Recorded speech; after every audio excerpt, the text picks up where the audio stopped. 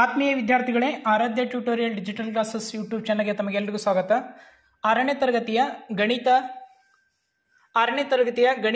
ಅಧ್ಯಾಯ 2 ಪೂರ್ಣ ಸಂಖ್ಯೆಗಳು ಹೋಲ್ ನಂಬರ್ಸ್ ಪಾಠದ ಪರಿಹಾರವನ್ನು ನೋಡೋಣ. ಆರನೇ ತರಗತಿ ಗಣಿತ ಅಭ್ಯಾಸ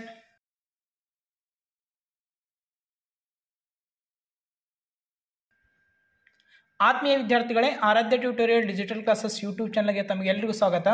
ಆರನೇ ತರಗತಿಯ ಗಣಿತ ಅಧ್ಯಾಯ 2 ಪೂರ್ಣ ಸಂಖ್ಯೆಗಳು ಹೋಲ್ ನಂಬರ್ಸ್ ಇದರ ಅಭ್ಯಾಸ 2.1 ಪರಿಹಾರವನ್ನು ನೋಡೋಣ. ಅದಕ್ಕಿಂತ ಮುಂಚೆ ನಮ್ಮ ಚಾನಲನ್ನು ಇನ್ನೂ ಯಾರು ಸಬ್ಸ್ಕ್ರೈಬ್ ಮಾಡಿಲ್ಲೋ ಸಬ್ಸ್ಕ್ರೈಬ್ ಮಾಡಿ, ಲೈಕ್ ಮಾಡಿ, ಶೇರ್ ಮಾಡಿ ಅಂತ ಹೇಳುತ್ತಾ ಇದರ ಪರಿಹಾರವನ್ನು ನೋಡೋಣ. ಅಭ್ಯಾಸ 2.1 ಪ್ರಶ್ನೆ ಸಂಖ್ಯೆ 1, 10,999 ನಂತರದ 3 ಸ್ವಾಭಾವಿಕ ಸಂಖ್ಯೆಗಳನ್ನು ಬರೆಯಿರಿ. ನಂತರದ ಸ್ವಾಭಾವಿಕ ಸಂಖ್ಯೆಯನ್ನು ಬರೀಬೇಕಾದ್ರೆ ಆ ಕೊಟ್ಟಂತ ಸಂಖ್ಯೆಗೆ ಒಂದನ್ನು ಕೂಡಿಸ್ಬೇಕು. ಕೂಡಿಸಿದಾಗ ನಂತರದ ಸ್ವಾಭಾವಿಕ ಸಂಖ್ಯೆಯನ್ನು ಸಿಗುತ್ತದೆ. ಇದು 11,000 ಮೊದಲನೇ ನಂತರದ ಸ್ವಾಭಾವಿಕ ಸಂಖ್ಯೆ. ನಂತರ ಇದು 11,000ಕ್ಕೆ ಒಂದನ್ನು ಕೂಡಿಸಿದರೆ 11,001 ಅನ್ನೋದು ನಂತರ ಎರಡನೇ ಸ್ವಾಭಾವಿಕ ಸಂಖ್ಯೆ. ಮೂರನೇ ಸ್ವಾಭಾವಿಕ ಸಂಖ್ಯೆಯನ್ನು ಪಡೆಯಬೇಕಾದ್ರೆ ಈ 11,001ಕ್ಕೆ ಒಂದನ್ನು ಕೂಡಿಸ್ಬೇಕು. 11,002 ಅನ್ನೋದು ಉತ್ತರ ಸಿಗ್ತದೆ. ಇವು ಮೂರು ಏನವ ಸ್ವಾಭಾವಿಕ ಸಂಖ್ಯೆಗಳು. 10,999 ನಂತರದ 3 ಸ್ವಾಭಾವಿಕ ಸಂಖ್ಯೆಗಳು. ಎರಡನೇ ಪ್ರಶ್ನೆ, 10,001 ತಕ್ಷಣದಲ್ಲಿರುವ ಹಿಂದಿನ 3 ಪೂರ್ಣ ಸಂಖ್ಯೆಗಳನ್ನು ಬರೆಯಿರಿ. ಹಿಂದಿನ 3 ಪೂರ್ಣ ಸಂಖ್ಯೆಗಳನ್ನು ಬರೆಯಿರಿ ಅಂತಂದಾಗ ಈ 10,001ರಲ್ಲಿ ಒಂದು ಮೈನಸ್ ಅನ್ನು ಮಾಡಿದಾಗ 10,000 ಅನ್ನೋದು ಮೊದಲನೇ ಹಿಂದಿನ ಪೂರ್ಣ ಸಂಖ್ಯೆ. ನಂತರ ಈ 10,000ದಲ್ಲಿ ಒಂದನ್ನು ಮೈನಸ್ ಮಾಡಿದಾಗ 9,999 ಅನ್ನೋದು ಹಿಂದಿನ ಇನ್ನೊಂದು ಪೂರ್ಣ ಸಂಖ್ಯೆ. 9,999ರಲ್ಲಿ ಒಂದನ್ನು ಮೈನಸ್ ಮಾಡಿದಾಗ 9,998 ಅನ್ನೋದು ಇನ್ನೊಂದು ಮೂರನೇ ಹಿಂದಿನ ಪೂರ್ಣ ಸಂಖ್ಯೆಯನ್ನು ಸಿಕ್ತು. ಮೂರನೇ ಪ್ರಶ್ನೆ, ಅತ್ಯಂತ ಚಿಕ್ಕ ಪೂರ್ಣ ಸಂಖ್ಯೆ. ಅತ್ಯಂತ ಚಿಕ್ಕ ಪೂರ್ಣ ಸಂಖ್ಯೆ ಅಂತೇಳಿ ಕೇಳಿದರಲ್ಲಿ ಅತ್ಯಂತ ಚಿಕ್ಕ ಪೂರ್ಣ ಸಂಖ್ಯೆ ಯಾವುದಾಗಿರುತ್ತಾ? 0. ಅತ್ಯಂತ ಚಿಕ್ಕ ಪೂರ್ಣ ಸಂಖ್ಯೆ 32 ಮತ್ತು 53ರ ನಡುವಿನ ಎಷ್ಟು ಪೂರ್ಣ ಸಂಖ್ಯೆಗಳಿವೆ? ಇಲ್ಲಿ ಏನು ಮಾಡಬೇಕು ಅಂತಂದ್ರೆ 53ರಲ್ಲಿ 32ನ್ನು ಮೈನಸ್ ಮಾಡಬೇಕು. ಮೈನಸ್ ಮಾಡಿದಾಗ 21 ಅನ್ನೋದು ಸಿಗುತ್ತೆ. ಈ 21 ನಡುವಿನ ಪೂರ್ಣ ಸಂಖ್ಯೆ ಅಲ್ಲ, ಇವೆರಡರ ನಡುವಿನ ಸಂಖ್ಯೆಯನ್ನು ಕೇಳಿದ್ದಾರೆ. 33, 34 ಡ್ಯಾಶ್ ಡ್ಯಾಶ್ ಈ ರೀತಿ 52ರವರೆಗೆ ನಡುವಿನ ಸಂಖ್ಯೆಗಳು ಇರ್ತವೆ. ಇಲ್ಲಿ ಟೋಟಲ್ 21 ಅನ್ನೋದು ಬಂತು. 21ರಲ್ಲಿ ಮತ್ತೊಂದು ಒಂದನ್ನು ಮೈನಸ್ ಮಾಡಬೇಕು. ಆವಾಗ 20 ಅನ್ನೋದು ಸಂಖ್ಯೆ ಸಿಗ್ತವೆ. ಟೋಟಲ್ ಎಷ್ಟು? 20 ಸಂಖ್ಯೆಗಳೇ.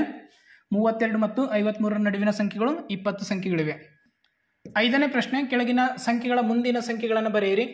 ಇಲ್ಲಿ 24,40,701 ಅಂತೇಳಿ ಕೊಟ್ಟಿದ್ದಾರೆ. 24,40,701 ಅನ್ನೋದು ಕೊಟ್ಟಿದ್ದಾರೆ. ಮುಂದಿನ ಸಂಖ್ಯೆ ಏನಾಗ್ತದೆ? ಇದಕ್ಕೆ ಒಂದನ್ನು ಕೂಡಿಸಿದಾಗ 24,40,702 ಮುಂದಿನ ಸಂಖ್ಯೆಯನ್ನು ಆಗ್ತದೆ. ಎರಡನೇ BBTಲಿ 10,01,199 ಅಂತೇಳಿ ಕೊಟ್ಟಿದ್ದಾರೆ. ಇದನ್ನು ಒಂದನ್ನು ಆ್ಯಡ್ ಮಾಡಿದಾಗ 200 ಅನ್ನೋದು ಉತ್ತರ ಸಿಕ್ತು. ಇದರಲ್ಲಿ ಒಂದನ್ನು ಆ್ಯಡ್ ಮಾಡಬೇಕು. 10 ಕ್ಯಾರಿ 1 ಬಂತು. 10 ಕ್ಯಾರಿ 1 2001 1,02,000 ಅನ್ನೋದು ಮುಂದಿನ ಸಂಖ್ಯೆ. ನೆಕ್ಸ್ಟ್ ಪ್ರಶ್ನೆ CBTಲಿ 10,99,999 10,99,999 ಅಂತೇಳಿ ಕೊಟ್ಟಿದ್ದಾರೆ. ಇದನ್ನು ಒಂದನ್ನು ಆ್ಯಡ್ ಮಾಡಿದಾಗ 10 ಲಕ್ಷ 11 ಲಕ್ಷ ಅಂತೇಳಿ ಬರ್ತದೆ. ಇದು 11 ಲಕ್ಷ. ಇದರಲ್ಲಿ ಒಂದನ್ನು ಆ್ಯಡ್ ಮಾಡಿದಾಗ 11 ಲಕ್ಷ. ಕ್ಯಾರಿ 1 ಬರ್ತದೆ. ಇಲ್ಲಿ 11 ಲಕ್ಷ ಅನ್ನೋದು ಉತ್ತರ. DBT 23,45,670 23,45,670 ಇದರಲ್ಲಿ ಒಂದನ್ನು ಆ್ಯಡ್ ಮಾಡಿದಾಗ 23,45,671 ಅನ್ನೋದು ಉತ್ತರ. ಆರನೇ BT ಕೆಳಗಿನ ಸಂಖ್ಯೆಗಳನ್ನು ಹಿಂದಿನ ಸಂಖ್ಯೆಗಳನ್ನು ಬರೆಯಿರಿ. ಅದರಲ್ಲಿ BT 94ರ ಹಿಂದಿನ ಸಂಖ್ಯೆ 93. ಒಂದನ್ನು ಮೈನಸ್ ಮಾಡಿದಾಗ 93 ಅನ್ನೋದು ಸಿಕ್ತು. BBT 10,000 ಅಂತೇಳಿ ಕೊಟ್ಟಿದ್ದಾರೆ. 10,000ದ ಹಿಂದಿನ ಸಂಖ್ಯೆ 9,999. CBTಲಿ 2,08,9090 ಅಂತೇಳಿ ಕೊಟ್ಟಿದ್ದಾರೆ. ಹಿಂದಿನ ಸಂಖ್ಯೆ 2,08,089 ಅನ್ನೋದು ಹಿಂದಿನ ಸಂಖ್ಯೆ. DBT 7,65,000 76,54,321 ಅಂತೇಳಿ ಕೊಟ್ಟಿದ್ದಾರೆ. ಇದ್ರ ಹಿಂದಿನ ಬಿಟ್ ಒಂದನ್ನು ಮೈನಸ್ ಮಾಡಿದಾಗ 76,54,320 ಅನ್ನೋದು ಹಿಂದಿನ ಸಂಖ್ಯೆ ಆಗ್ತದೆ. ಕೆಳಗಿನ ಪ್ರತಿಯೊಂದು ಜೊತೆ ಸಂಖ್ಯೆಗಳಲ್ಲಿ ಸಂಖ್ಯಾ ರೇಖೆಯ ಮೇಲೆ ಯಾವ ಸಂಖ್ಯೆಯು ಇನ್ನೊಂದು ಸಂಖ್ಯೆಯ ಎಡಬದಿಯಲ್ಲಿ ಇರುತ್ತದೆ ಎಂದು ತಿಳಿಸಿ ಹಾಗೂ ಅವುಗಳ ನಡುವಿನ ಸೂಕ್ತ ಸಂಕೇತವನ್ನ ಚಿಕ್ಕದು ಮತ್ತು ದೊಡ್ಡದನ್ನು ಉಪಯೋಗಿಸಿ ಬರೆಯಿರಿ. ಇಲ್ಲಿ ಸಂಖ್ಯಾ ರೇಖೆ ಮೇಲೆ ಒಂದು ಉದಾಹರಣೆಯನ್ನು ಕೊಡ್ತೀನಿ ನಾನು. 0, 1, 2, 3, 4, ಈ ಕಡೆ -1, -2, -3 ಈ ರೀತಿ ಇರ್ತವ. ನಾವು 2 ಅನ್ನೋದು 3ರ ಎಡಬದಿ ಇದೆ, 3ರ ಎಡಬದಿ 2 ಇದೆ, 3 ಅನ್ನೋದು 4ರ ಎಡಬದಿ ಇದೆ. ಹಾಗಾಗಿ ಮುಂದಿನ ಸಂಖ್ಯೆ ಏನಾಗ್ತದ ಅಂತಂದ್ರೆ ಅದ್ರ ಹಿಂದಿನ ಸಂಖ್ಯೆಯ ಎಡಬದಿ ಮುಂದಿನ ಸಂಖ್ಯೆ, ಈ ಮುಂದಿನ ಸಂಖ್ಯೆಯನ್ನು ಚೆಕ್ ಮಾಡಬೇಕಿತ್ತು ಅಂತಂದ್ರೆ ಅದ್ರ ಹಿಂದಿನ ಸಂಖ್ಯೆ ಅದಕ್ಕೆ ನಾವು ಎಡಬದಿ ಅಂತ ಹೇಳಿ ಕರಿತೀವಿ. ಇಲ್ಲಿ ಸಂಖ್ಯೆಗಳನ್ನು ನೋಡೋಣ. AB2 530 ಮತ್ತು 503 ಅಂತೇಳಿದೆ. ಈ 530 ಆದ ನಂತರ 503 ಆದ ನಂತರ 504, 505 ಈ ರೀತಿ 530ರವರೆಗೆ ನಾವು ಬರ್ಕೊಂಡಾಗ ಸಂಖ್ಯಾ ರೇಖೆಯ ಮೇಲೆ 530ರ ಎಡಬದಿ ಯಾವ್ದು ಬರ್ತದ ಅಂದ್ರೆ 503. 530ರ ಎಡಬದಿ 503 ಅನ್ನೋದು ಬರ್ತದ. ಮತ್ತೇನು ಕೇಳಿದ, ಚಿಹ್ನೆಯನ್ನು ಹಾಕಬೇಕು. 530 ದೊಡ್ಡದಾಗಿದೆ 503ಕ್ಕಿಂತ. ಈ ರೀತಿ ಬರೆದ್ರೆ ನಿಮ್ದು ಉತ್ತರವನ್ನು ಸರಿಯಾಗ್ತದೆ. ಇದು ಒಂದನೇ ಎ ಬೀಟ್ನ ಉತ್ತರ. 7ರಲ್ಲಿ ಬಿ ಬೀಟನ್ನು ನೋಡೋಣ. 370, 307. ಇಲ್ಲಿ 370ರ ಎಡಬದಿ 307 ಇರುತ್ತದೆ. 307 ಇರುತ್ತದೆ. ಇದನ್ನು ಚಿಹ್ನೆಯನ್ನು ಹಾಕಿದಾಗ 370 ದೊಡ್ಡದಾಗಿದೆ 307ಕ್ಕಿಂತಲೂ. ಸಿ ಬೀಟು 98,765 ಮತ್ತು 56,789. 98,765ರ ಎಡಬದಿ 56,789 ಇದೆ ಮತ್ತು 98,765 ದೊಡ್ಡದಾಗಿದೆ 56,789. ಈ ರೀತಿ ಉತ್ತರವನ್ನು ಬರೀಬೇಕು. ಇನ್ನು ಕೊನೆ ಬೀಟ್ ಇನ್ನೊಂದು ಬೀಟ್ ಇದೆ ಇಲ್ಲಿ. 89,30,30,415. D beat 98,30,30,415. ಇನ್ನೊಂದು ಇಲ್ಲಿ 1,23,23,23,001.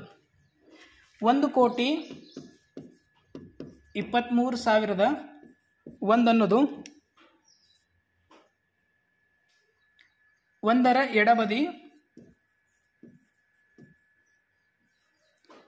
ಏನಿದೆ ಅಂತಂದ್ರೆ 98,30,30,415 ಇದೆ. ಇದನ್ನು ಯಾವ ರೀತಿ ಬರೀಬೇಕು ಅಂತಂದ್ರೆ ಇಲ್ಲಿ ಚಿಹ್ನೆಯನ್ನು ನಾನು ಇಲ್ಲೇ ಬಳಸ್ತೇನೆ. ಇದು ದೊಡ್ಡದಾಗಿದೆ, 1,00,00,000 ಅನ್ನೋದು ದೊಡ್ಡದಾಗಿದೆ.